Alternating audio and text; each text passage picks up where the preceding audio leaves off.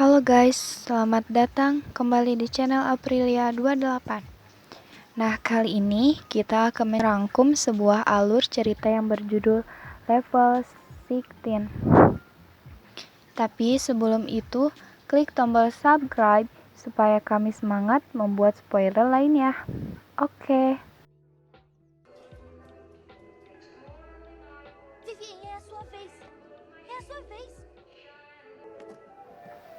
Film ini berasal dari Kanada dan digarap oleh sutradara Daniska Esterhazy. Ini secara garis besar menceritakan bagaimana keserakahan dan kurangnya rasa syukur bisa membutakan manusia.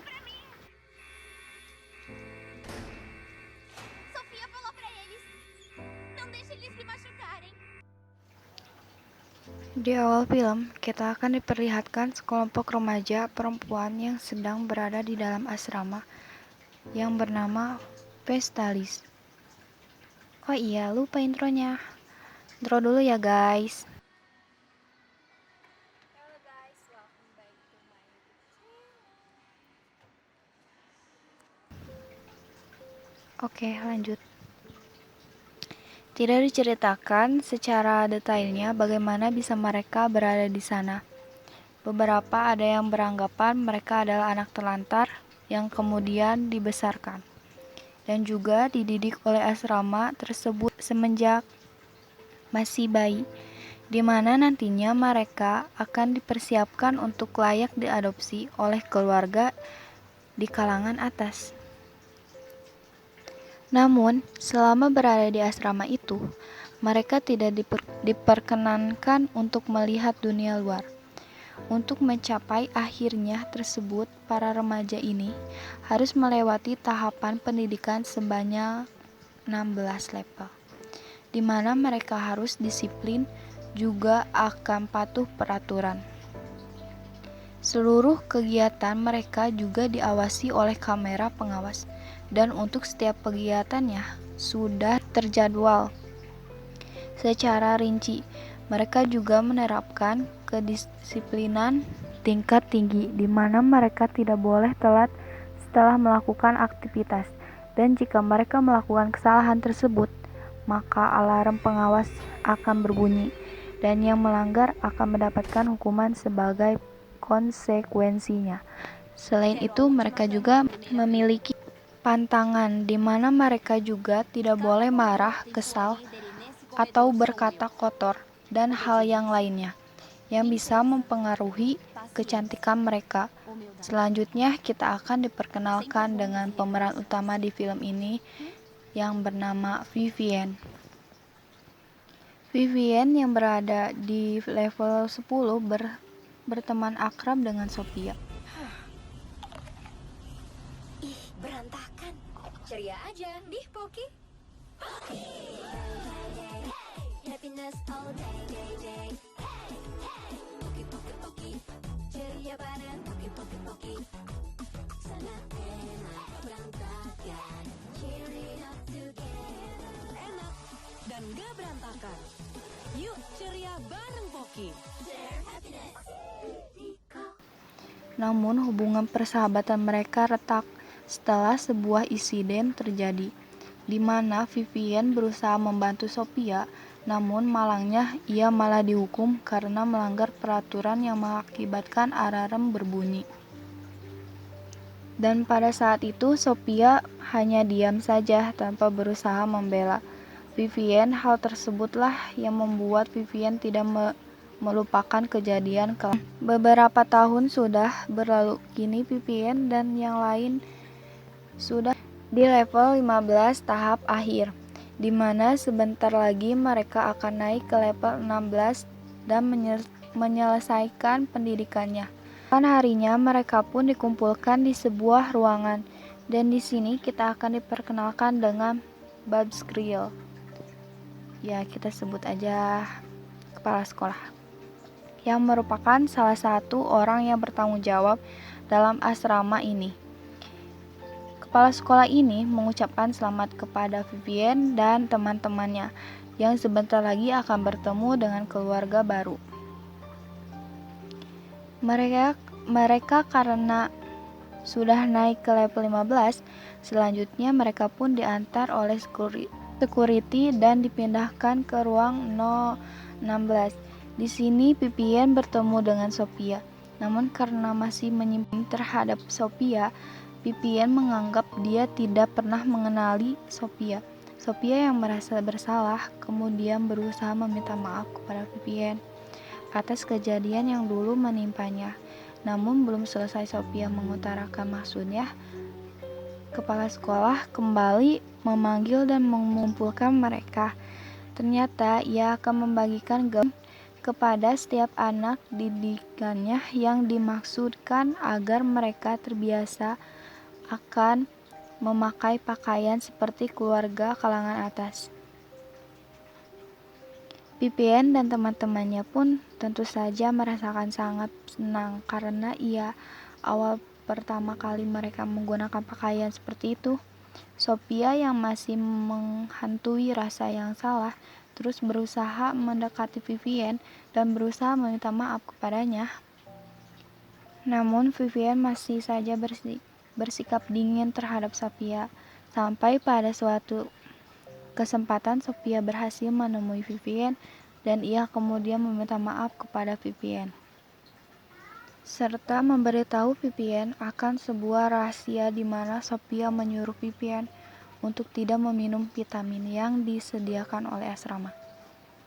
Saat hendak menjelaskan alasannya, Vivien harus terpaksa meninggalkan Sophia karena ia dipanggil untuk segera melakukan sebuah tugas. Perkataan Sophia masih berkecamuk Vivien alasannya kenapa ia menyuruhnya untuk tidak meminum vitamin. Awalnya Vivien ragu untuk mengikuti kata Sophia karena hal tersebut tentu saja melanggar aturan yang ada dan bisa menyebabkan ia mendapatkan hukuman seperti kejadian pada level 10. Namun karena penasaran, akhirnya Vivien mengikuti apa yang dikatakan oleh Sophia. Lalu pada saat anak asrama tertidur dengan lelap, Sophia menghampiri Vivien dan memberitahukan alasan kenapa ia menyuruhnya tidak meminum vitamin. Karena vitamin tersebut adalah obat tidur yang membuat mereka tertidur sangat lelap tanpa menyadari kejadian ganjil selama malam itu berlangsung. Namun Vivien tidak langsung percaya sepenuhnya karena ia masih meyakini bahwa vitamin tersebut hanya dimaksudkan untuk menjaga mereka agar tetap sehat. Sophia pun tidak mau berdebat panjang lebar. Ia hanya mengatakan kepada Vivien kalau pintunya terbuka, berpura-puralah tertidur. Dan benar saja, tidak lama kemudian terdengar langkah kaki yang mengarah ke ruang kamar. Mereka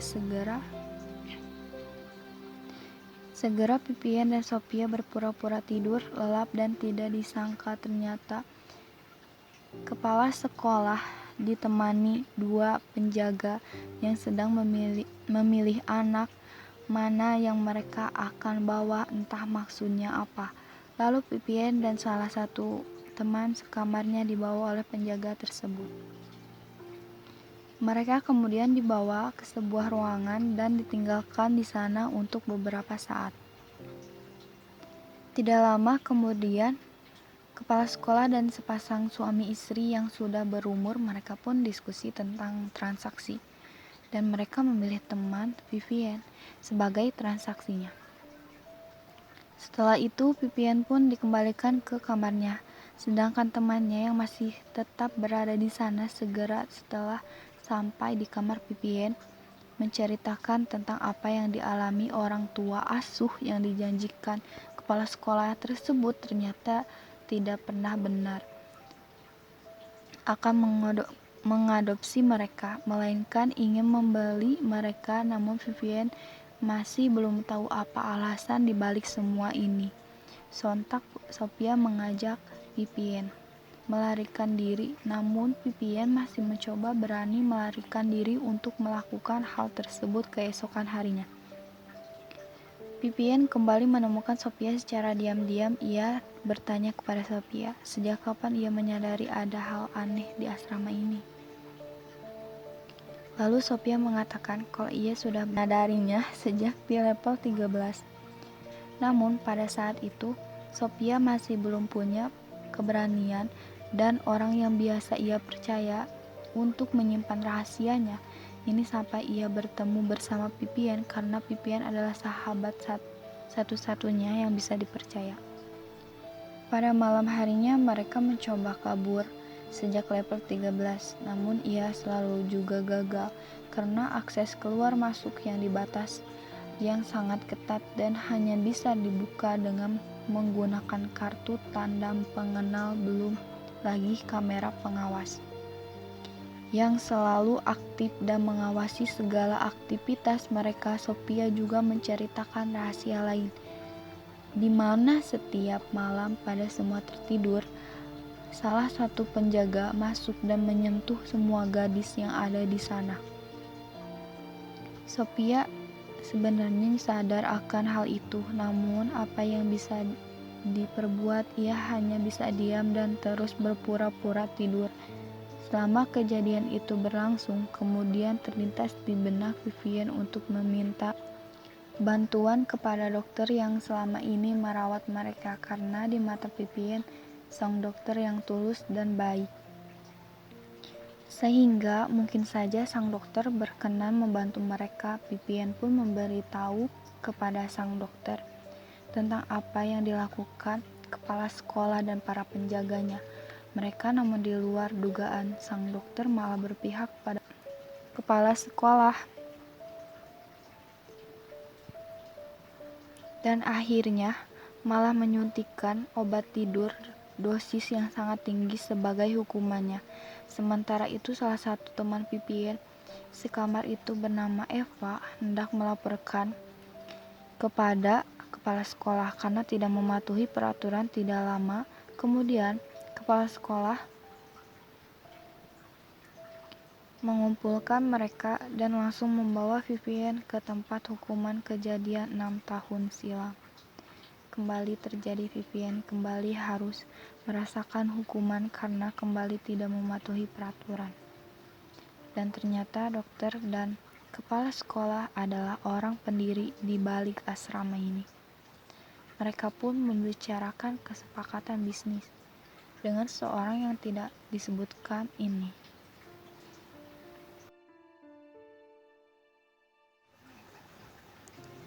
Dan kemana tujuan akhir mereka? Ternyata selama ini mereka sudah dibohongi soal orang tua asuh yang akan mengadopsi mereka. Mereka tidak lain seperti peliharaan yang suatu saat akan dipanen. Wajah muda cantik mereka jadi bisnis yang menguntungkan karena orang kaya tidak segan menghabisi berapapun uangnya demi terlihat sempurna. Di saat genting seperti ini, Vivian dan Sophia kembali beradu argumen, di mana Sophia bersikeras ingin menyelamatkan semua rekannya, namun Vivian ingin segera menyelamatkan dirinya dan meninggalkan tempat itu sangat terbatas karena tidak ada waktu berdebat. Akhirnya Vivian mengalah dan mereka pun berusaha meyakinkan semua rekannya yang berada di asrama itu. Tentu saja sangat susah untuk meyakinkan semua orang tentang apa semua yang terjadi, sampai pada akhirnya mereka membawa kepala sekolah dan menjelaskan semua perbuatannya. Tidak lama kemudian mereka semua pun percaya dan bersiap-siap untuk meninggalkan tempat biadab itu.